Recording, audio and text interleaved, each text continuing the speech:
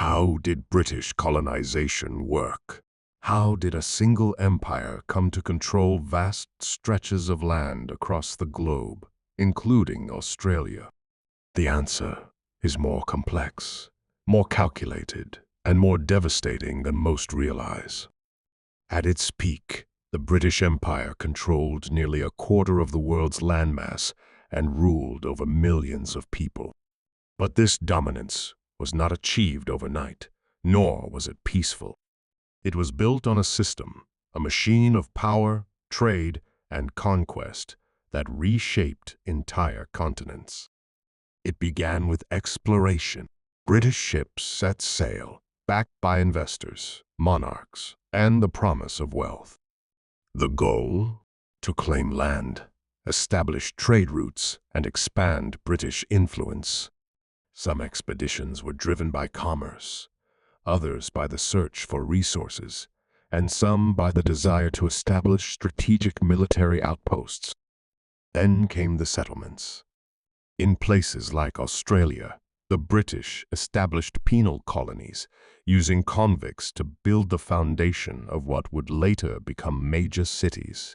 Elsewhere, settlers arrived in waves, taking land, introducing European laws, and often disregarding the rights of the indigenous populations.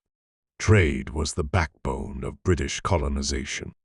The empire operated on a system of extraction, taking raw materials from its colonies, shipping them to Britain for manufacturing, and then selling finished goods back to the colonies at a profit. This created a dependency, forcing colonized nations to rely on British goods, while their own economies were shaped to serve the empire's needs. But control was not maintained through trade alone.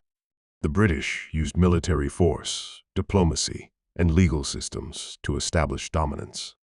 In some regions, treaties were signed often under duress, while in others, outright war and suppression ensured British rule.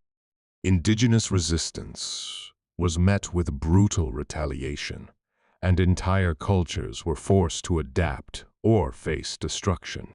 Education and governance played a role as well. The British introduced their own political systems, schools, and legal frameworks, shaping societies in their image.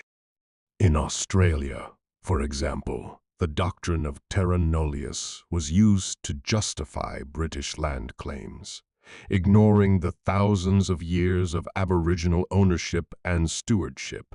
So, how did British colonization work?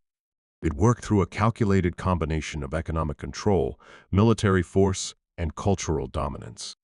It worked by establishing systems that ensured British supremacy while stripping indigenous populations of their land, rights, and autonomy.